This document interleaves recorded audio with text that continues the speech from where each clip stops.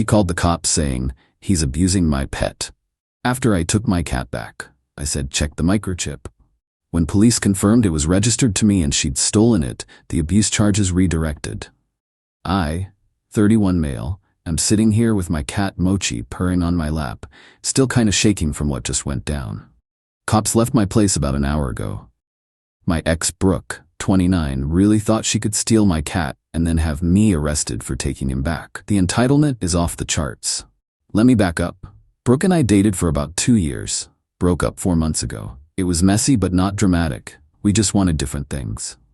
She wanted marriage and kids ASAP. I wasn't ready. We split up somewhat amicably, or so I thought. When we were together, I got Mochi from a rescue. He was this scared little orange tabby, maybe 6 months old. I paid the adoption fees, paid for all his vet visits, his microchip, registration, everything. Have all the paperwork with my name on it. Brooke liked him well enough but was never a huge cat person. Always complained about the litter box smell and the hair on her clothes. When we broke up, I was between apartments for like 3 weeks. Crash at my buddy's place, but he's allergic to cats. Brooke offered to watch Mochi, just until you get settled. Seemed reasonable. We'd ended things okay-ish, and it was just temporary. Found a new place within 2 weeks. Nice little 1-bedroom that allows pets. Texted Brooke that I could pick up Mochi that weekend. Her response? "Actually, I've grown really attached to him. I think he should stay with me." What? "That's my cat, Brooke. I appreciate you watching him, but I'm taking him home. He's happier here. I have a bigger place. It would be cruel to move him again." It's not a discussion. I'll be there Saturday at 2 p.m. I won't be home Saturday. This went on for weeks. Every time I tried to arrange picking him up, she had an excuse. Not home. Mochi was sick. No proof. She was out of town. Her new boyfriend was allergic, and they needed time to figure it out. Always something. I finally had enough last week. Showed up at her place unannounced on Tuesday evening. Could hear Mochi meowing through the door. He has this very distinctive squeaky meow. Knocked for 5 minutes. No answer, but I could hear movement inside. Posted up in my car where I could see her front door. Waited. Sure enough, an hour later she comes out with trash. I confronted her right there in the parking lot. "Brooke, I need my cat back. This has gone on long enough." "Your cat?" "I've been taking care of him for months. I buy his food, his litter, everything. He's mine now. You've been watching him for a few weeks. I paid for everything for 2 years. He's microchipped and registered to me." Possession is 9/10 of the law. That's not how pet ownership works. But okay. She went back inside and locked the door. I could hear Mochi meowing again, and it broke my heart. My little dude probably wondered where I'd been, so I started planning. First, I documented everything. Every text where I asked for him back. Every excuse she made. The original adoption papers. Vet records. Microchip registration. Everything. Then I got creative. Brooke works standard 9 to 5 at a marketing firm. Her apartment complex has those electronic locks that auto-lock but take a second to fully engage. And I remembered something. She keeps a spare key in one of those fake rocks by her potted plant. We'd used it once when she locked herself out. Is it technically trespassing? Maybe. Is it stealing when you take back your own property? Don't think so. Yesterday, Wednesday, I took a half-day off work. Drove to her complex at 1 p.m. The fake rock was still there. Let myself in. Mochi was right there in the living room. The moment he saw me, he started doing that chirpy meow he does when he's excited. Ran right over, rubbing against my legs. Yeah, he seemed real happy without me, Brooke. I didn't touch anything else. Just scooped up my cat, grabbed his favorite toy, a little fish on a string that I'd bought him, and left. Locked the door behind me. Put the key back in the fake rock. Mochi was so happy in the car. Kept standing on my lap while I was trying to drive. Not safe, I know, but he was just so excited. Got him home, and he immediately went to his old favorite spot on my window perch. It's like he never left. I figured Brooke would blow up my phone when she got home. I was ready for angry texts, maybe some dramatic voicemails. I was not ready for the cops to show up at my door at 7 p.m. "Sir, we're responding to a report of animal abuse and theft." My heart dropped. Then I remembered, I have receipts. Literal and figurative receipts. "Officers, please come in. Let me show you something." Mochi, bless him, chose that moment to jump onto my shoulder and start purring. Real abused animals definitely seek out their abusers for cuddles, right? I showed them everything: adoption papers, vet records showing 2 years of visits, all paid by my credit card, the microchip registration in my name, the text messages showing I'd asked for him back repeatedly and she'd refused. Let me guess, I said. She claimed the cat was hers? One officer nodded. She said you broke into her home and stole her pet. Said you've been harassing her for weeks trying to take her cat. Check the microchip. I have the number right here. Any vet can scan him. They called animal control to bring a scanner. While we waited, I showed them more texts, including one from 2 months ago, where Brooke explicitly says, "Thanks for letting me watch your cat while you find a place." Animal control showed up. Scanned Mochi. The chip number matched my paperwork exactly. The officers exchanged looks. "Sir, we need to revisit the complainant." They left. Came back an hour later. "So here's the situation. Miss Brooke's last name is now claiming there was a misunderstanding. She's admitted the cat belongs to you, but says she thought you'd abandoned him. I have texts from last week asking for him back.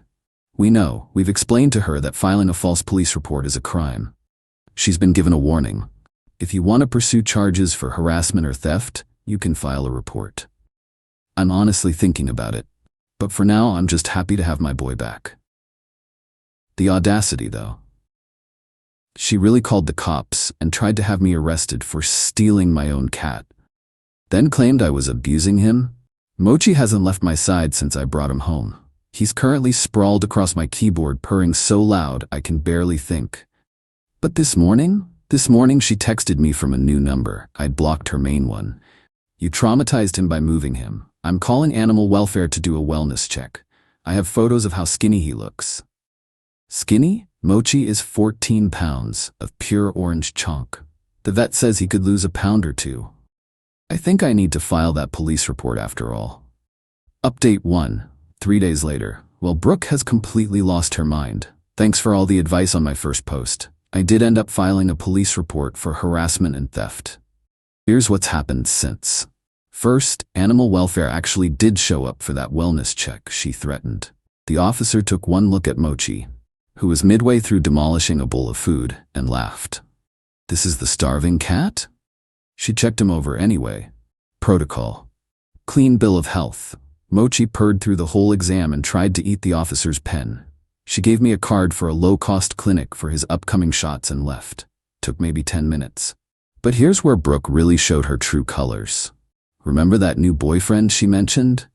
Turns out she'd been telling him that Mochi was her cat that her abusive ex, me, had stolen. This dude, Garrett, reached out to me on Instagram. Not to threaten me, to apologize. His message: "Hey man, I think I've been lied to.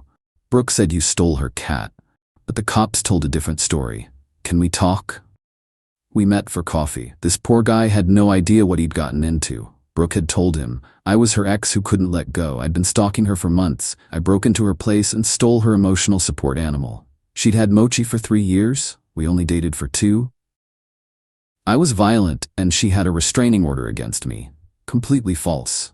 Garrett's a decent guy. Software developer. Seems normal. He showed me their text conversations. She'd sent him photos of her cat. Photos that were clearly taken in my old apartment. You can see my distinctive blue couch in the background. "Bro," he said, "I'm so sorry. I had no idea." She seemed so normal at first. "When did she tell you about the cat?" Like 2 weeks into dating. Said she was devastated because her ex stole her pet. I felt so bad for her. 2 weeks ago? That's when she was still refusing to give him back to me. His face went pale. She was setting up the narrative before you even took him back. Yup, she planned this. Garrett broke up with her that night. Sent me screenshots of the breakup text the next day, with his permission to share the relevant parts. Garrett, I know you lied about the cat, and everything else. Brooke, what are you talking about? That psycho ex of mine got to you, didn't he? He showed me the adoption papers, and the microchip registration, and your texts admitting it was his cat. Those are forged. He's obsessed with me. He probably made fake documents. The vet confirmed the microchip, Brooke. The cops confirmed everything. You filed a false report. I can't believe you're taking his side. You don't even know him. I don't need to. You lied about having a restraining order. You lied about owning that cat. What else are you lying about? Brooke, I'm the victim here. He traumatized me. That cat was the only thing helping my anxiety. Then get your own cat, we're done. She apparently showed up at his apartment at 2 a.m. banging on the door. He didn't answer and she eventually left, but not before leaving a lovely note that said, "You'll regret this when he shows his true colors." My dude, the only colors I'm showing are the orange ones from all the cat hair on my clothes. But then, Thursday morning, I'm at work when I get a call from my apartment complex office. "Mr. My name? We've received a complaint about unauthorized pets in your unit." My heart sank. I have a cat. He's on my lease. I paid the pet deposit. Yes, we see that, but the complaint says you have multiple cats and they're disturbing other residents. I have one cat. One. Orange tabby named Mochi. The complaint mentioned loud noises at night, strong odors, and at least 4 cats. 4 cats? I can barely handle one. They sent someone to inspect. Found exactly what I said. One well-fed orange cat, clean litter box, no smells, no damage. The inspector actually said my place was cleaner than most. The office manager called back, "We're noting this as a false complaint. If you know who might have made it." Oh, I knew. But Brooke wasn't done. Friday, she tried a new approach. She texted Garrett, who immediately forwarded it to me. "I'm pregnant. It's yours. The stress from losing my cat and you abandoning me is putting the baby at risk." Garrett's response was perfect. "We used protection every time and you told me you were on birth control. Also, we've only been dating for 3 weeks. Please stop contacting me."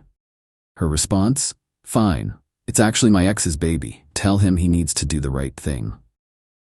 The woman is claiming to be pregnant with my baby. We broke up 4 months ago and she has an IUD. She made a huge deal about getting it when we were together because she definitely didn't want kids until she was at least 32.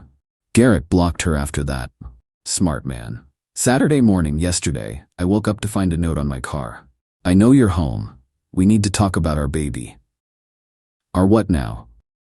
I immediately texted my buddy who's a lawyer. If my ex is claiming to be pregnant 4 months after we broke up, what do I do? His response: "Document everything. Don't respond. If she pursues this, demand a paternity test. Save that note." I installed a Ring camera that afternoon. Best $100 I've ever spent. Because at 11 p.m. last night, guess who showed up? Brooke. And she brought her sister Cassidy. The Ring footage is gold. They stood outside my door for 20 minutes. Here are the highlights. "Brooke, I know you're in there. We need to discuss our child." "Brooke, are you sure about this?" "Shut up. He owes me. He took everything from me. He took his cat back. It was my cat. I loved that cat." Me, watching from inside, Mochi sleeping peacefully on my lap, completely unbothered. Brooke, getting louder. "I'll tell everyone you abandoned your pregnant ex, your family, your work. You're not actually pregnant though. He doesn't know that." She admitted it. On camera. Her own sister just confirmed she's lying about being pregnant. They eventually left when my neighbor came out and threatened to call the cops. This morning I woke up to 14 Instagram DMs from accounts I don't recognize, all some variation of, "How could you abandon your pregnant ex, you monster?" She really made fake accounts to harass me about a fake pregnancy. I'm taking all of this to the police station on Monday. The false welfare check, the false complaint to my apartment, the harassment, the pregnancy lie, the video of her admitting to lying. This has gone from entitled ex won't give my cat back to unhinged ex inventing pregnancies for attention. And Mochi? He's living his best life, completely oblivious to the drama, currently attacking a cardboard box like it owes him money. We'll update after I talk to the cops again. Something tells me this isn't over. Final update. Alright, Reddit, last update because Brooke is officially out of my life and facing some serious consequences. So I went to the police with everything. The Ring footage of her admitting the pregnancy was fake, the false complaints, the harassment. All of it. The officer who took my report actually said, "This is one of the most clear-cut harassment cases I've seen." They issued a warrant for her arrest on filing a false police report, the original stolen cat claim, harassment, criminal mischief. She turned herself in 2 days later with a lawyer, got released on bail with a no-contact order. Guess she finally realized this was serious. But before the arrest, she made one more spectacular mistake. Remember how I mentioned she works at a marketing firm?